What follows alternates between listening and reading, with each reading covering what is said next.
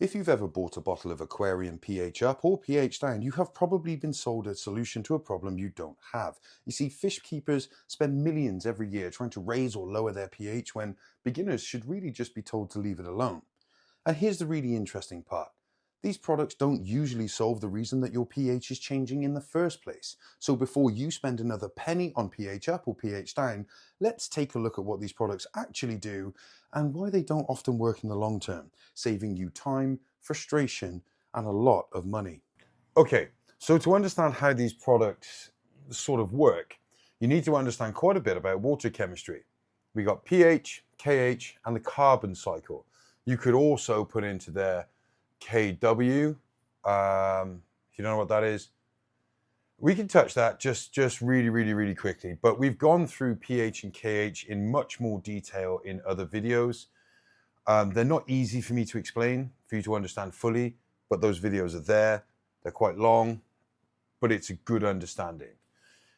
So we're going to start with pH, okay, which everybody thinks they know, but do you know what it stands for? It stands for the potential or power of hydrogen, okay? And we are told that it runs on a scale from 0 to 14 through 7. It's not true. It goes further, it goes into the minuses. But there is also something you need to understand called POH, which runs in the opposite direction. So you've got potential or power of hydrogen, and this is the same but hydroxides. So with your OH type stuff rather than your hydrogen ions. Okay, so that's how that works. You have pH and POH that run exactly opposite. So if your pH is 4, your POH should be 10 because they add up to 14. Why do they add up to 14? Now that comes into the realms of KW. Now, KW is known as the constant ionic production of water. Now, what that means is KW is in equilibrium, and it is where protonation and deprotonation of hydronium ions and hydroxide ions happen at exactly the same rate. Okay? So an equilibrium can be had at pH 6 or 7 or 8. All right? It doesn't matter. But at pH 7, when things are chemically neutral, it is 1 times 10 to the power negative 14. That is the ionic production of water. And that sort of dictates that pH 7 is neutral, but only at 25 degrees Celsius. At any other temperature, 7 is not chemically neutral.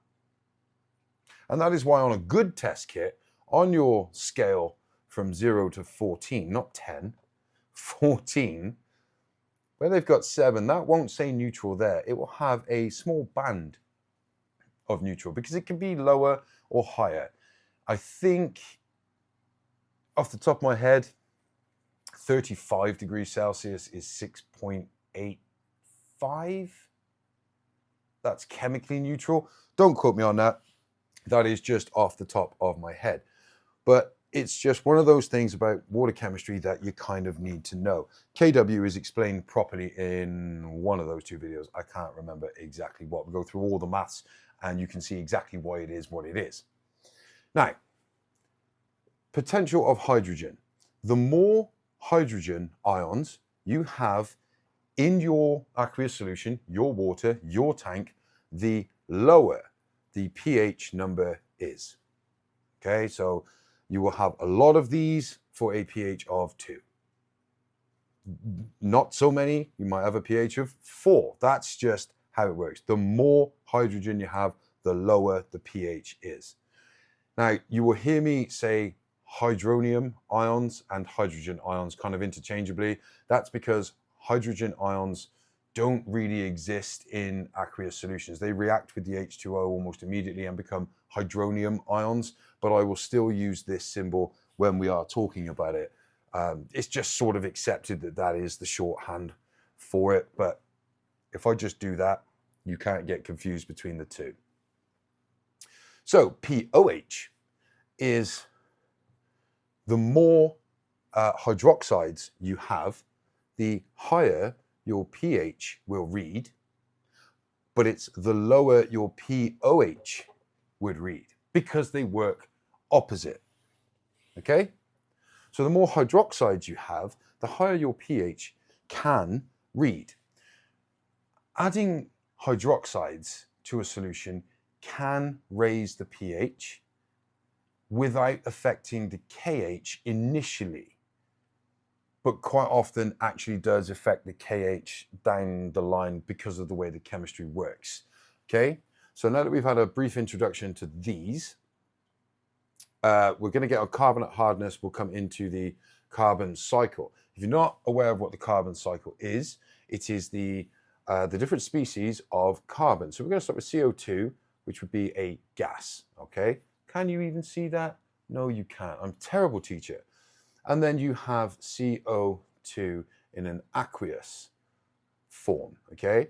And then you would have H2CO3, which is your carbonic acid. And then you would have HCO3 negative, which is a bicarbonate because it has a hydronium ion attached to it. And then you would have CO3 double negative, which is your carbonate. So when you're measuring KH, it's these two that your aquarium test kit is measuring. It is not measuring all of the species of carbon. And that's where it is okay, but not the best measure of what can happen in your aquarium, because all of these are trying to maintain an equilibrium with both of their neighbors. So if you increase, say, the carbonates, it will want to change some of those into bicarbonates to maintain the ratio of equilibrium that they like. Simultaneously, then, these have been increased. So we will want to increase the carbonic acid, and so on and so on and so on. So this can shift. To fully understand that, you need to get into the KH video, okay? But this is essentially what we are manipulating when we are using pH up and pH down products. So let's start with the one of the pair that I consider the safest to use, the least deadly, the less detrimental in the wrong hands. And that's basically pH up, because normally you are affecting the KH, and as a byproduct, the pH rises. Now, we did say that hydroxides on the pOH scale, the more of those, the higher your pH will read, because the lower your pOH will read. So you would think that just by adding hydroxide, which is OH negative, you could increase the pH and not affect the KH. And initially it will look like that, but the carbon cycle takes a little while to catch up, maybe 12, 24 hours, depending on how big the impact has been. And the thing is when you add a hydroxide to water, which has CO2 in it, almost always, you can see what we've got here. We have an H, we have a C, and we have 3 O's and a negative charge. And that is a bicarbonate. So once that occurs, we have now affected the KH, and the whole carbon cycle now needs to shift. So it will shed one of its hydronium ions and come this way. It will also gather hydronium ions and go that way, because it is trying to maintain its equilibriums between here. So yes, your pH will rise a little bit to start with, but it will sort of calm itself out and drop back down once the carbon cycle has found its new equilibrium. Now, what that might look like is if you went from, say, a pH of 6, and after dosing, you had a pH of 7. Once this has all worked itself out, you may come back the next day to test it and you have 6.4. So then you need to add more, and then wait, and then add more, and then wait, and then add more, and then wait. Then you do a water change and you're back to the same problem you had, because you are trying to modify water that you don't have access to, because it's your tap water that you're trying to change. And now you need to start the whole damn thing again. Not ideal. Okay, now that can be negated a little bit by doing smaller, more frequent water changes, but it does mean that you are having to really chow through the product, and you are having to become a scientist every time you do a water change. Now, a more common way to up your pH is to just add one of these two. Now, what could we do that with? We could do that with sodium bicarbonate, which would be NaHCO3. Now, that is sodium bicarbonate. Now, when it's put into water, your sodium breaks off, and you are left with a bicarbonate, which now becomes negatively charged because we've lost our sodium. Okay, this is gone. So now we immediately have one of those, but we've also got some sodium floating around in the water as a byproduct of that chemical reaction. Not the worst thing in the world. A little bit safer, you might say, a little bit more reliable, but the same thing will happen. Your pH will initially rise, and then this will sort of keep up, and the pH will rise initially because your bicarbonates will grab more of the free hydrogens to become carbonic acid, and that way it will rise because you have less hydronium ions free in the water. But once its equilibriums have all sort of worked itself out, you won't have made as dramatic a change as it first appears. So that's where a lot of beginners go, oh, well, why is it changing? Because of this. You didn't have that big an effect to start with. It's just taken a while for it to show you. So that's when people go, oh, well, it only worked for a day. No, you need to keep doing it. And this is the problem. You end up using a lot of product, a lot of time, a lot of frustration. And with these swings, potentially a lot of stress on the fish. Now, I say this is the least harmful method because really, if you're going up, you can't have the dreaded pH crash, which can kill everything in hours. So it is, in that instance, the least potentially detrimental. But there is a better way to do it, and we all know what it is. You've only had to have gone onto one Facebook group and asked the question, and people will tell you the best thing to do is add crushed coral. Now, CaCO3 is your crushed coral. It is calcium carbonate. And what happens when that goes into water? The Ca breaks off, and you are left with a carbonate. Now, a carbonate, this one, is able to take two H's before it comes down to carbonic acid. So in theory, it is twice as effective as a bicarbonate. It doesn't quite work like that, but you understand what we're looking at. The Ca, the calcium, great. The byproduct is great. It will affect your GH. Yes, it will put your general hardness up a bit. But calcium is something that is needed by everything in your aquarium. The fish, the snails, the shrimp, the bacteria, everything loves calcium. Yes, you could potentially have too much for softwater fish, but you wouldn't be trying to increase your pH and KH if you have softwater fish. So calcium carbonate is just one of the best. And the best thing about calcium carbonate is it is sort of self-regulating. It's not very soluble in water.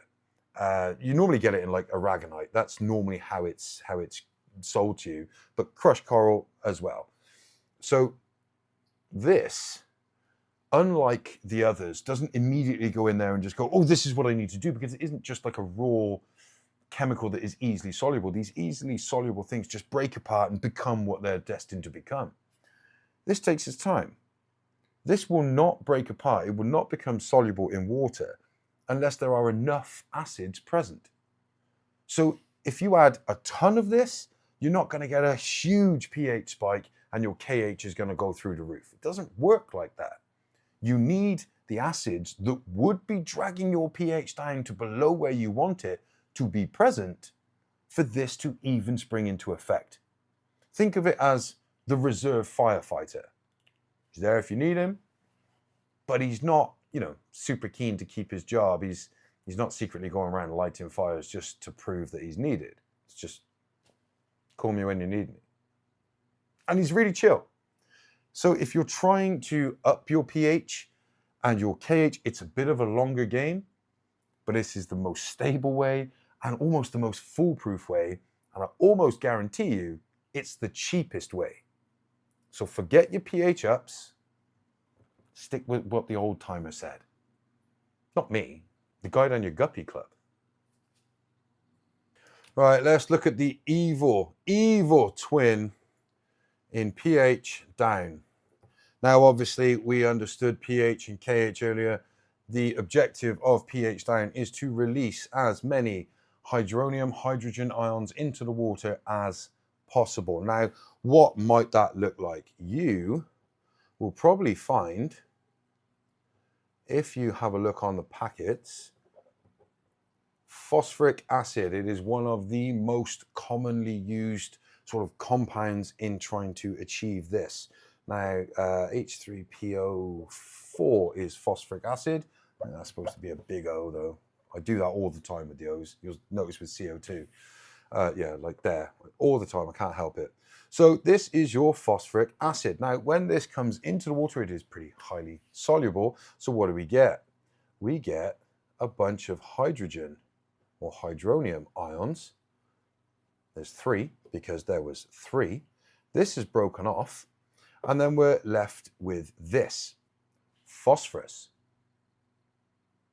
Algae, anyone? Now, I'm not saying phosphorus is like the main cause of algae, but Facebook will tell you that. But seriously, who wants extra phosphorus just floating around? If you have a deficiency, this could be the answer for you. But I don't want any extra. I'm not dosing it, so this isn't really doing me any favors whatsoever. So that for me is a bit of a no. Plus, when we get into this, what has happened here is you've released a bunch of hydrogen ions, okay? Your hydronium ions.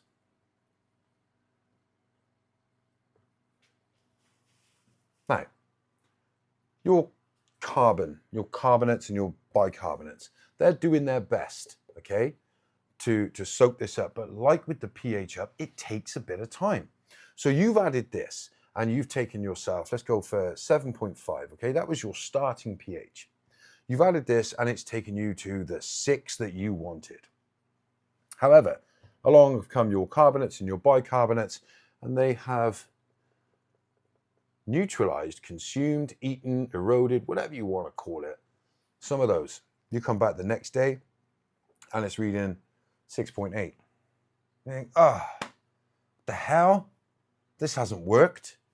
Okay, well, you've started at 6.8, you've added some more. Let's have some more of that magic acid juice. And now we've got back down to the magic 6 again. Now we're happy. Next day, we've got a bit of doubt in our mind.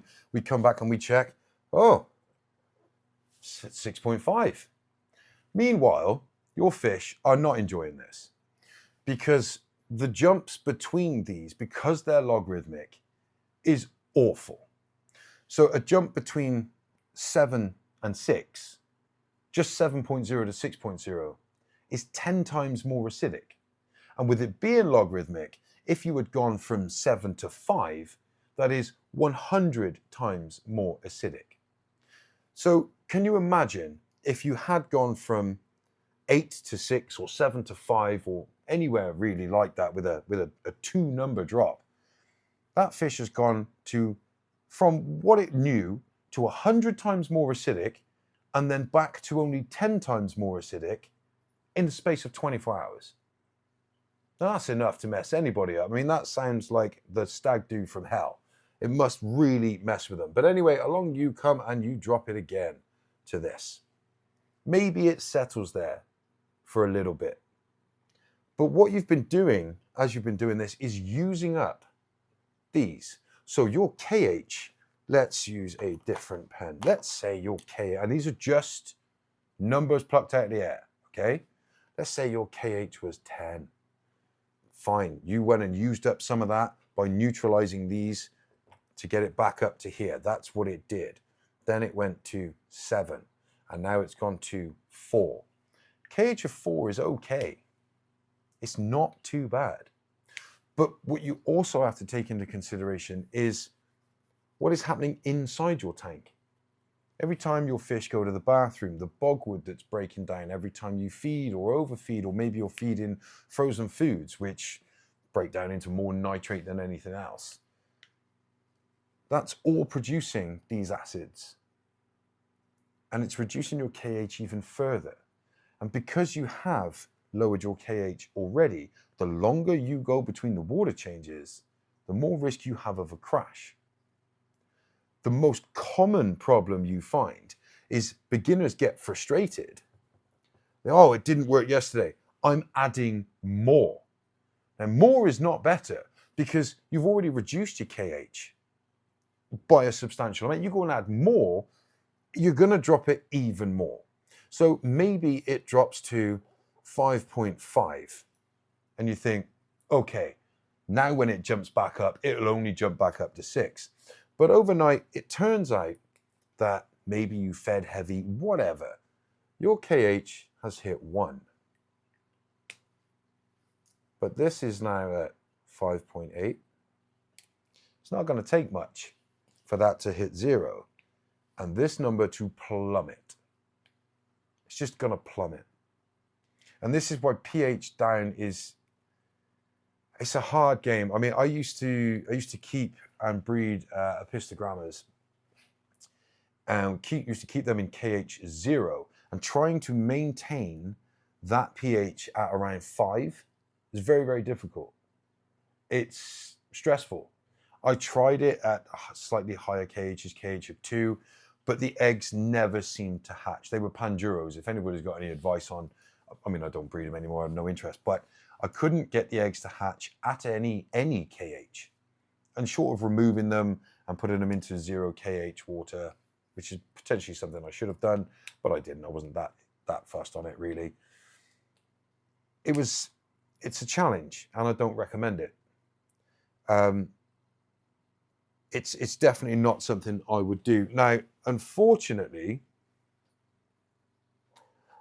when you ask for a more stable thing, people will tell you to add tannic acid, humic acid, and fulvic acids because they're natural. They take a long time. Yeah, they do take a long time. They take too long. They're useless.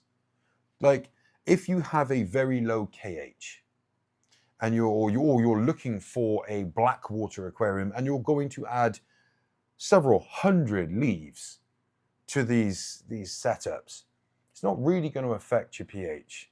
Like, in a very small system, a couple of leaves will, as long as your KH is low. But if you have a KH of even 10, a couple of leaves are doing nothing to that. Nothing at all. So don't bother with any of this. As a man who sells botanicals on our website, don't go buying botanicals thinking you are going to drop your water from pH 8 to pH 6. Just don't. It will cost you more than your car to get that reliably. Okay? It's just not going to happen. The best thing to do, what we do here, is because you don't have to be Jesus to walk on our water. There are days that out of the tap, the KH can be 12 to 15. The pH, we did have a bit of an incident recently where the pH was 10 or above. There was also almost some tragedies. Bearing in mind that every tank here, of which there are a lot, gets cut with RODI water, which I will explain in a minute and why.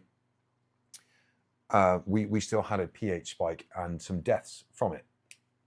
And it's normally a pH drop that people worry about, but pH spikes are very real and they are a problem. And that is another issue with tap water. Now, if you want to seriously control your water, RODI, reverse osmosis deionized water, is often what is recommended. You could just get distilled water or deionized water. They should all have a TDS of 0, and that is total dissolved solids. So they should just be pure chemical H2O. Nothing else in it. No metals, no minerals, no nothing. Now, the pH of RODI water, for example, should be around pH 5 to 5.5. And that is because there is no KH in it. It's got no buffering. And carbon dioxide dissolves into water about 200 times easier, faster, better than oxygen. So it drops the pH and it will sit there because there is no KH to counter it. If you aerate it, you will eventually raise that pH, but we keep about 300 litres of RO DI water ready to go with no aeration, so it keeps its low pH. And that is intentional because we mix the water to bring down the GH. It also brings down the KH and therefore brings down the pH, okay? And it can be as simple as 50-50. You could go 50% tap water and 50% RO DI. So you might end up with a combined GH of 6 degrees. You might get a KH of, say, 7 degrees and a pH of 6.4, okay? Just by combining your two water sources. You don't have to buy remineralizing products like Seachem, Equilibrium, or any other that are available. You don't have to do that if you're using RODI water or distilled water. You can simply just cut it with your tap water. Now, it is important to remember that you must still dechlorinate the tap water, but it works fine. That is how every aquarium here gets it. Oh, wow, other than the shell dwellers, the Lamprologus.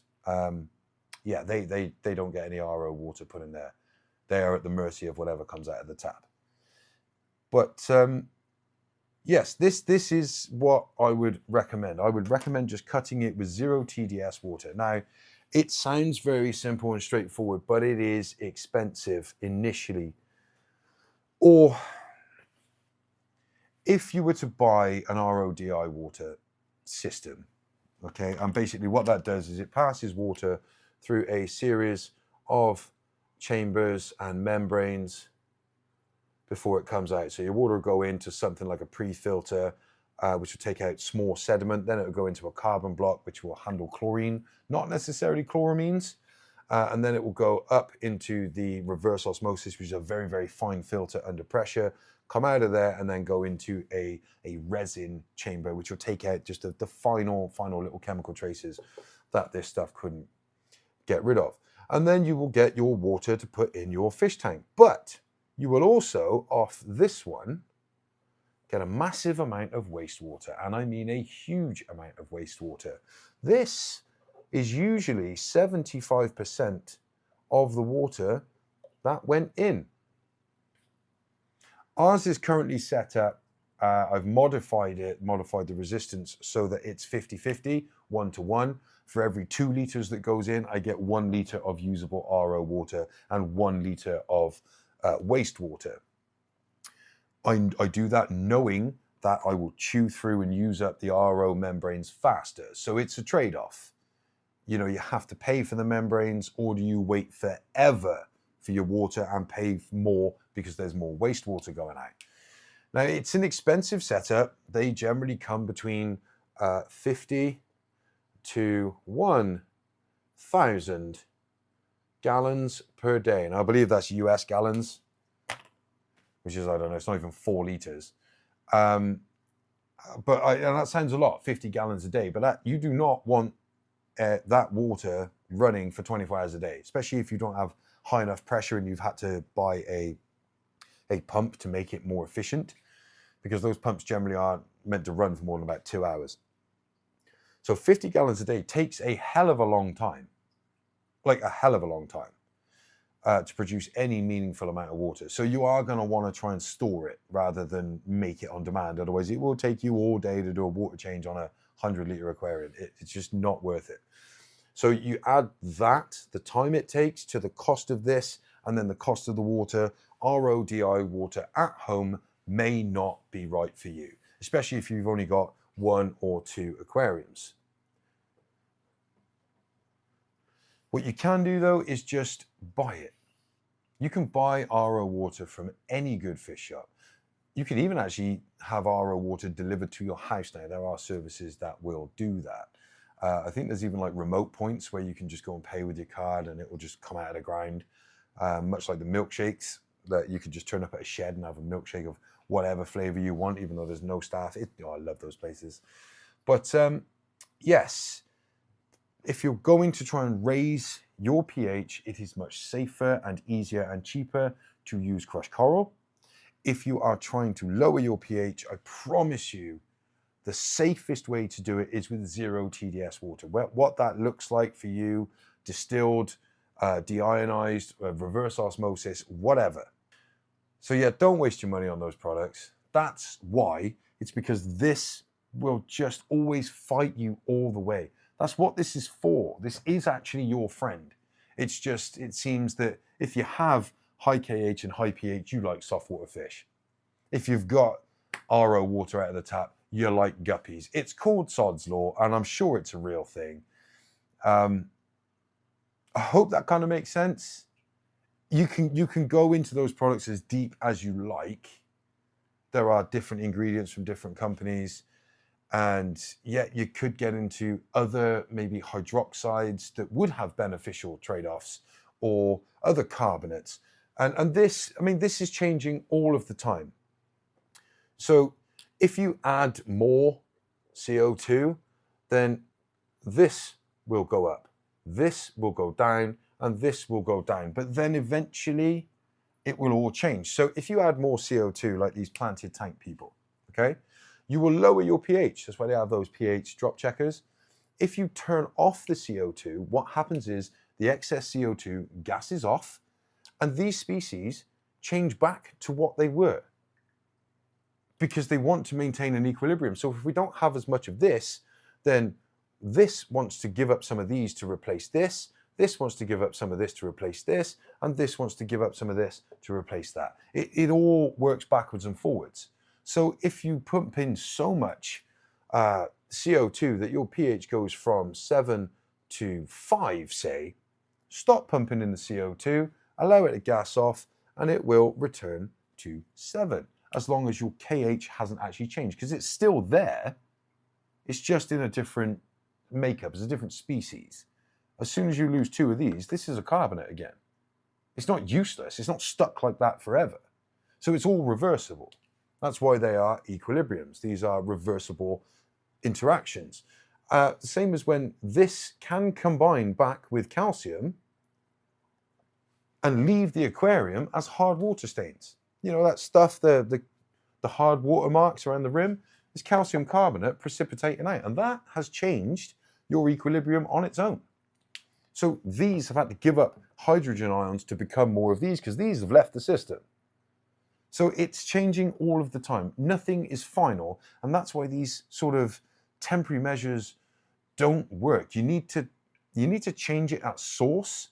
If you're trying to lower the pH, and that is best done with RO water, or if you're trying to raise it, use something that is always useful. This, calcium carbonate, because it self-regulates. It's not causing a jump, which then needs to be regulated back down. I hope that makes sense. If it didn't, there's not a lot I can do about it, because, well, this is in the past for me.